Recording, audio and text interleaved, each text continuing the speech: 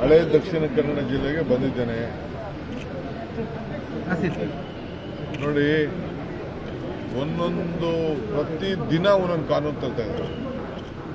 ನಿಮ್ಮ ಮಂಗಳೂರಿನಲ್ಲಿ ಬೀಡಿ ಕಾರ್ಮಿಕರು ಭಾಳ ಜಾಸ್ತಿ ಇದ್ದಾರೆ. ಬೀಡಿನ ಮಾಡಿ ಮಾರೋರು ಕೂಡ ಇದ್ದಾರೆ. ಅವರೆಲ್ಲ ಬೀದಿಗಿಡಿದು ಹೋರಾಟ ಮಾಡ್ತಾ ಇದ್ದಾರೆ. 100 ರೂಪಾಯಿ ಇದು 10 ಬಾರಿ 1.5 ತಿಂಗಳಲ್ಲಿ ಪೆಟ್ರೋಲು ಡೀಸೆಲ್ ಬೆಲೆ ಜಾಸ್ತಿ ಆಗಿದೆ. ಯಾವಾಗ ಡೀಸೆಲ್ ಬೆಲೆ ಜಾಸ್ತಿ ಆಗ್ತದೆ, ಪ್ರತಿಯೊಂದು ಬೆಲೆನೂ ಕೂಡ ಜಾಸ್ತಿ ಆಗ್ತದೆ. ಪ್ರತಿಯೊಂದು ಸಿಮೆಂಟು, ಕಬ್ಬಣ, ಬಟ್ಟೆ, ದವಸ ಧಾನ್ಯಗಳು ಎಲ್ಲ ಕೂಡ ಜಾಸ್ತಿ ಆಗ್ತದೆ. ಅದಕ್ಕೆ ಟ್ರಾನ್ಸ್ಪೋರ್ಟೇಷನ್ ಮತ್ತೊಂದಲ್ಲ. ಹಿಂದೆ ಏನು BJP ನಾಯಕರುಗಳು ಈಗೆಲ್ಲ ಮಿನಿಸ್ಟ್ರಿಗಳಾಗಿ ಕೂತಿದ್ದಾರೆ.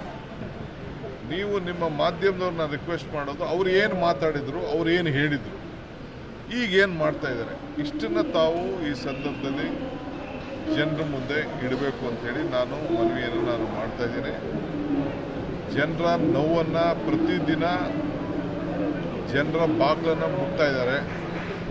ಎಲ್ಲ ತೆರಿಗೆಗಳನ್ನು ಕೊರೋನಾ ಇದ್ದರೂ ಕೂಡ ಪ್ರಾಪರ್ಟಿ ಟ್ಯಾಕ್ಸ್ನ ಮುನ್ಸಿಪಾಲ್ಟಿ ಇರ್ಬೋದು, ಪಂಚಾಯತಿಗಳಿರ್ಬೋದು, ಕಾರ್ಪೊರೇಷನ್ ಲೆವೆಲ್ ಎಲ್ಲ ಕೂಡ ಜಾಸ್ತಿ ಮಾಡ್ತಾ ಇದ್ದಾರೆ.